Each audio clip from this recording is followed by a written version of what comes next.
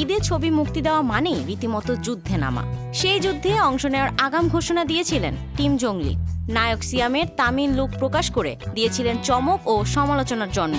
দ্রুত এগিয়ে চলছিল শুটিং ও সম্পাদনা, সঙ্গে নানাবিধ প্রচারণা ও গান তৈরির আভাস। তবে হঠাৎ করেই থেমে গেল সেই আগাম যুদ্ধের সাইরেন। অনেকেই ফিসফাস করছিল দুদিন ধরে শাকিবের তুফান দাপটে যুদ্ধের ময়দান থেকে প্রত্যাহারের সিদ্ধান্তে গেছে জংলি। জুনের প্রথম দিনে নির্মাতা জানালেন ঈদে আসছে না জংলি। ঈদের বাকি প্রায় 2 সপ্তাহ। এর মধ্যে ছবির কাজ শেষ করা নিয়ে সংশয়ে নির্মাতা। এর জন্য ঘূর্ণিঝড় রেমালকেও কিছুটা দায় করা যায়, কারণ রেমালের কবলে জংলির শুটিং সেট ক্ষতিগ্রস্ত হয়। এম রাহিম জানান, টানা শুটিংয়ের পাশাপাশি ভারতে চলছিল জংলির পোস্ট প্রোডাকশনের কাজ। শুটিংয়ের পাশাপাশি ডাবিংও চলছিল ঢাকায়। সর্বশেষ ঘূর্ণিঝড় রেমালের প্রভাবে শুটিং বন্ধ রাখতে হয় আমাদের। পুরো একটি সেটও ঝড়ে ভেঙে যায়। এ বিষয়ে নির্মাতা আরও বলেন, প্রকৃতির উপর কারো নিয়ন্ত্রণ নেই। দর্শকদের যে সিনেমা আমরা উপহার দিতে চাই সেই কোয়ালিটি অ্যাচিভ করা সম্ভব হবে না এই ঈদে।